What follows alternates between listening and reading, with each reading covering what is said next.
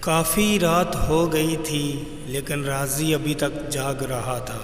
وہ تصویر مکمل کیے بنا سونا نہیں چاہتا تھا۔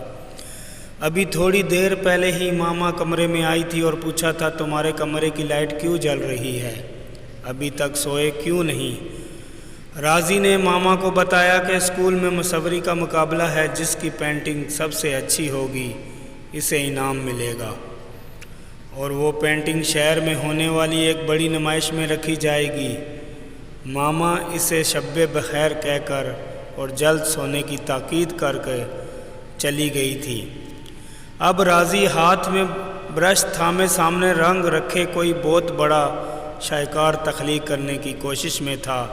اس کے ذہن میں جو بھی خیال آتا وہ یہ سوچ کر اسے رد کر دیتا کہ نہیں، اس سے بھی اچھا کوئی اچھوتا سا خیال ہو جس کو وہ رنگوں میں ڈال کر کینوس پر منتقل کرے۔ رات گہری ہو چکی تھی۔ راضی نے سوچا وہ تصویر بنانا شروع کر دے، ہو سکتا ہے بنانے کے درمیان اچھے آئیڈیاز ساتھ ساتھ آنے لگیں اور کچھ اچھا بن جائے۔ اچانک ہی اسے یاد آیا کہ آج شام پارک سے واپس آتے ہوئے اسے سڑک پر گرا ہوا شناختی کارڈ ملا تھا جو اس نے اپنے دوستوں کو دکھایا تھا کہ کسی کے والد کا تو نہیں، لیکن کسی نے حامی نہیں بھری تھی۔ ایک دوست نے کہا تھا کہ اس شناختی کارڈ پر جو تصویر ہے اس سے تو یہ انکل غیر ملکی لگ رہے ہیں۔ ایک دوست نے کہا ان انکل کا بال بنانے کا اسٹائل بہت پیارا ہے۔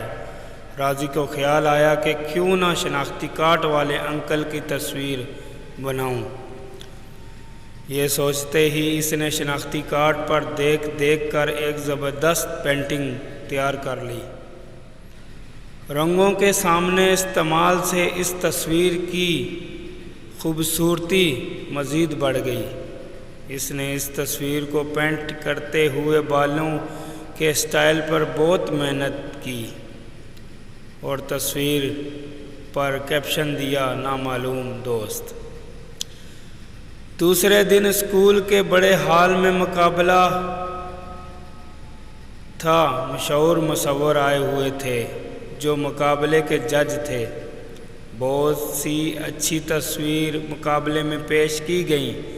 پہلا انعام راضی کو ہی ملا اور اس کی بنائی تصویر کو شہر کی ایک بڑی آرٹ گیلری کی نمائش میں شامل کرنے کے لیے منتخب کیا گیا۔ جس دن آرٹ گیلری میں تصویر کی نمائش تھی، راضی اپنے ماما پاپا کے ساتھ وہاں موجود تھا۔ وہ سب لوگوں کے اپنی بنائی تصویر پر کیے گئے تبصرے سن رہا تھا۔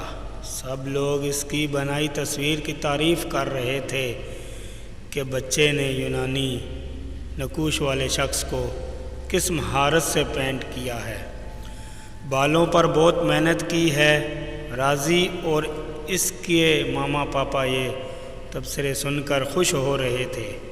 اچانک کسی نے راضی کے کندھے پر ہاتھ رکھا۔ جیسے ہی راضی نے مڑ کر دیکھا تو حیران رہ گیا۔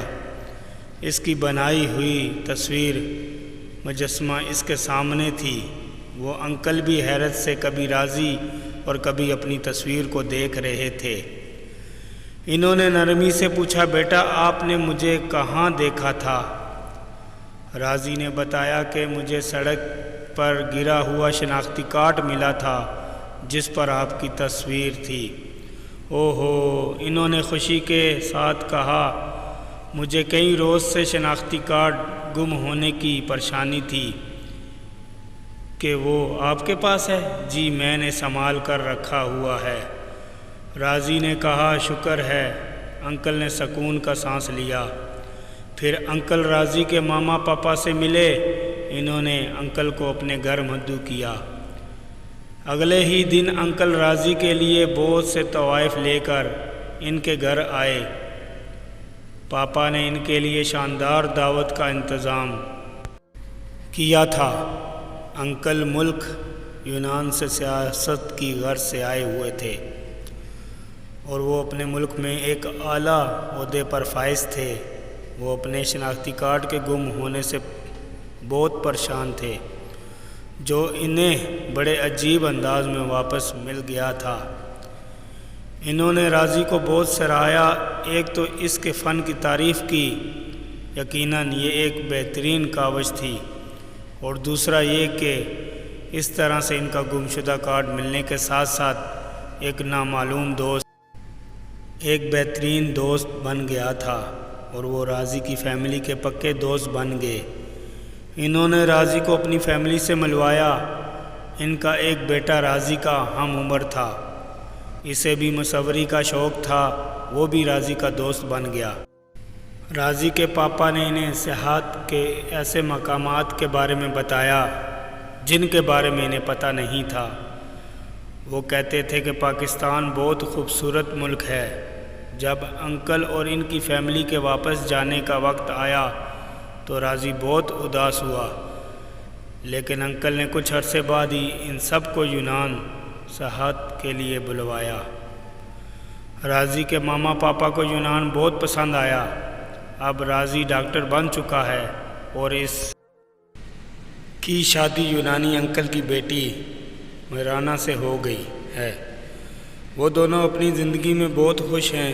کبھی کبھی جب ان کی آپس میں ہلکی پھلکی نوک چوک ہوتی ہے تو دونوں غصے میں یہ کہنا نہیں بھولتے، کاش سڑک پر گرا کارڈ نہ ملا ہوتا، اور میرانا کہتی ہے کاش آپ کو میرے پاپا کا کارڈ نہ ملا ہوتا۔ اس پر دونوں ہنس دیتے ہیں اور لڑائی ختم ہو جاتی ہے۔